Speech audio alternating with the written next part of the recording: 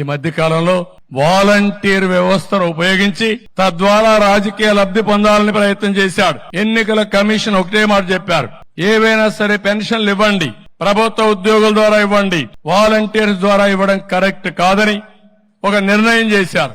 కానీ ఈ ముఖ్యమంత్రి దుర్మార్గుడు సేవా రాజకీయాలు చేశాడు. వాలంటీర్స్ అందరినీ కూడా రాజీనామాలు చేయమన్నాడు. మనం కూడా అప్పీల్ చేశాం, మీరు రాజీనామాలు చేయొద్దండి, మీరు వాలంటీర్లుగా ఉన్నారు, ఈ వాలంటీర్ వ్యవస్థను కొనసాగిస్తామని చాలా స్పష్టంగా చెప్పాం. దాంట్లో వాళ్ళకి ఇంకా నమ్మకం వచ్చింది. రేపు ఈ మహానుభావుడు మళ్ళా ముఖ్యమంత్రి అయి మొదటి సంతకం వాలంటీర్ వ్యవస్థ పైన పెడతా అన్నాడు. అంటే ఆ వ్యవస్థ లేనట్టే కదా. అందుకే తెలుగుదేశం అదే మరి ఎన్డీఏ మేమందరం 3 పార్టీల కూటమికి హామీ ఇస్తున్నాం, మీ ఉద్యోగాలు తీసేయం, వాలంటీర్ వ్యవస్థ కొనసాగిస్తామని మరొక్కసారి మీ అందరికీ హామీ ఇస్తున్నా.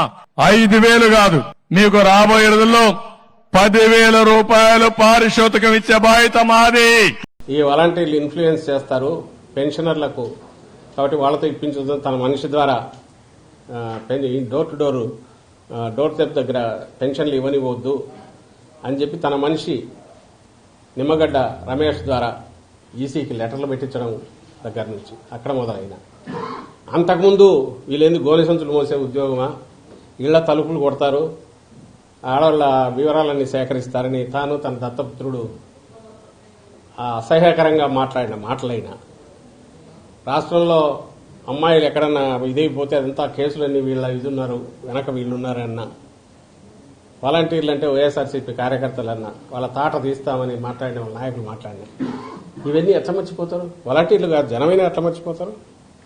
ఈరోజు ఉన్నట్టుండి వాలంటీర్ల వ్యవస్థను కొనసాగిస్తా, 10,000 ఇస్తా, ₹1,00,000 ఇస్తా, ఈ ముందన్నవి ఎప్పుడైతే అంతగా రాగానే ఆ వ్యవస్థని తీసేస్తాను అని ఎప్పుడైతే అన్నాడో వాటిని పక్కకు తోసేసి ఉన్నట్టుండి ఇది అనడంతో ఈయన ఎంత అబద్దాల కోరు ఈ రోజుకు మారలేదు. 95లో ఎట్లున్నాడో 2024లో కూడా అట్లే ఉన్నాడు.